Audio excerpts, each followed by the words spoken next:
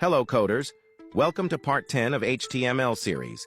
In today's video, we will learn how to add create table in HTML. Let's dive into creating tables in HTML. Step 1. Setting up the table structure. We start with the table tag to define the table. Then use TR for rows and TD for cells. Each cell contains the data for that row and column. Step 2. Adding table headers. To define headers, we use the T8 tag instead of TD. It's visually bold and centered by default, making it perfect for column and row headers. Step 3. Styling your table.